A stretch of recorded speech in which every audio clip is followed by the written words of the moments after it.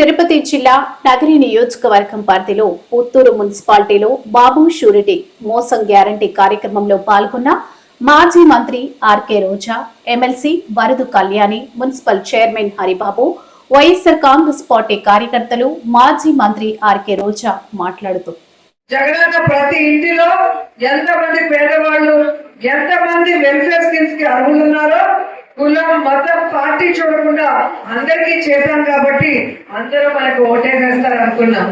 కానీ చంద్రబాబు నాయుడు జగన్ ఇచ్చేటు అన్ని ఇస్తూ మళ్ళీ అమ్మఒడి ఒకరుంటే 15,000, ఇద్దరుంటే 30,000, ముగ్గురుంటే 45,000 ఇస్తామని అబద్ధపు వాగ్దానం చేశాడు. ఇంట్లో 18 సంవత్సరాలు దాటిన మహిళ ఎంతమంది ఉంటే అంతమందికి మళ్ళీ డబ్బులు ఇస్తారు 1,500 చెప్పడం జరిగింది.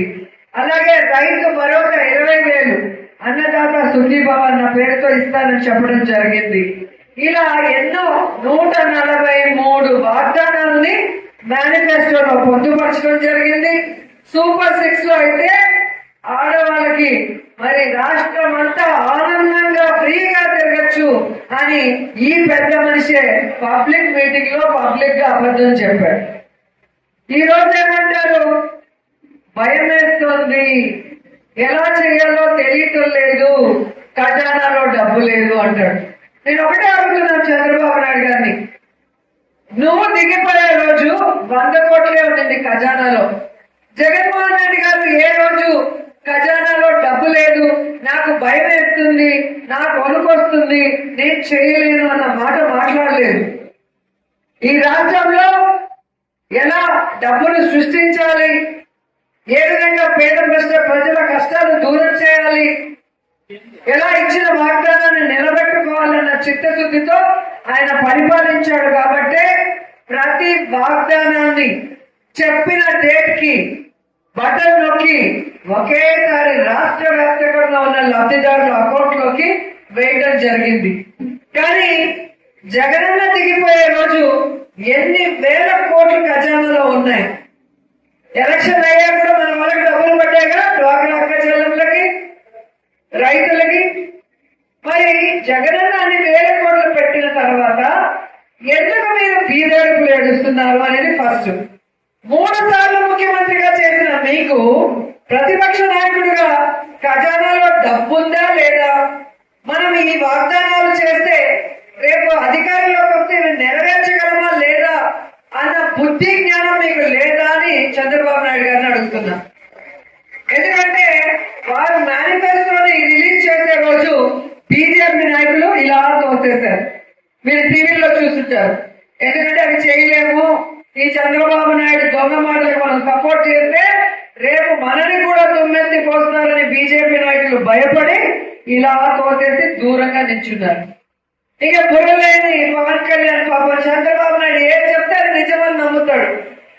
సో చంద్రబాబు నాయుడు ముఖ్యమంత్రిగా ఇంకా 20 ఏళ్ళు మోయాలి ఆయన పల్లకినని జన కూలీలకు చెబుతూనే ఆ రోజు చంద్రబాబు నాయుడుతో సహా మేనిఫెస్టోలో సంతకం పెట్టి ఇవి మేము చేస్తాము, ఆయన చేయకపోతే ప్రశ్నిస్తాను అన్న పెద్ద మనిషి ఇప్పుడు ఎక్కడ నిద్రపోతున్నాడో, ఏ షూటింగ్ చేస్తున్నాడో మనకు అర్థం కావట్లేదు. ప్రజల కోసం అయితే ఎప్పుడు ఇక్కడికి వచ్చి ఏ సమస్య మీద పోరాడింది లేదు.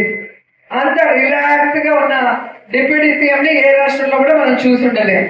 సో ఈ రోజు నేను అడిగేది ఒక్కటే, మరి 3 సార్లు ముఖ్యమంత్రిగా చేసిన మీకు మేనిఫెస్టోని సంతకం చేసి ప్రజలకి చూపించిన మీకు ప్రతి ఇంటికి కూడా ఇంట్లో ఎంతమంది ఉన్నారు, వారు ఏ ఏ స్కీములకి అర్హులు, వాళ్ళకి సంవత్సరానికి ఎంత వస్తుంది, 5 సంవత్సరాలకు ఎంత వస్తుందో లెక్క వేసి మేము అధికారంలోకి వస్తే జూన్ నుంచే 2024 జూన్ నుంచే ఇవన్నీ మీకు అకౌంట్ లో పడిపోతాయి అంటే నమ్మతారా నమ్మరా జనాలు?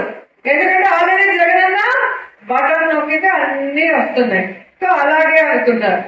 ఏమైంది, జూన్ టు జూన్ క్యాలెండర్ లో సంవత్సరం మారింది, నెలలు మారాయి. కానీ చంద్రబాబు నాయుడు బాండ్ లో చెప్పిన ఏమీ కూడా నెరవేర్చలేదు.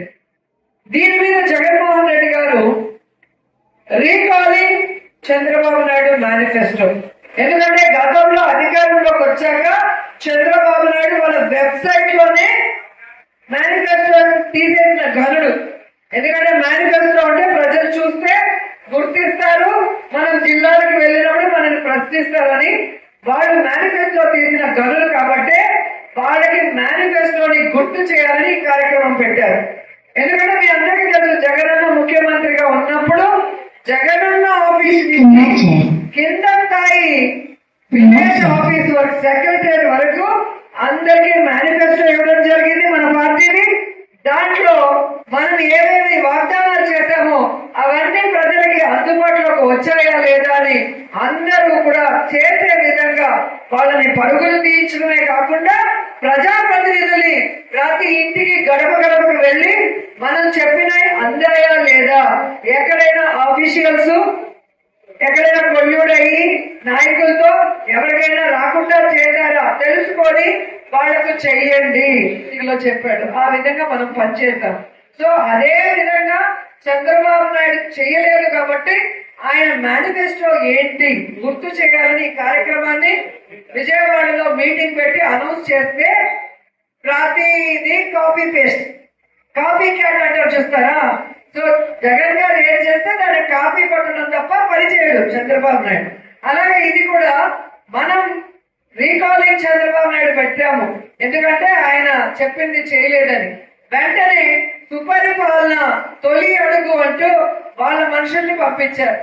నిజంగా మనం చేసినట్టు ప్రతి ఇంటికి వెళ్లి మేనిఫెస్టో చూపించి టిక్కు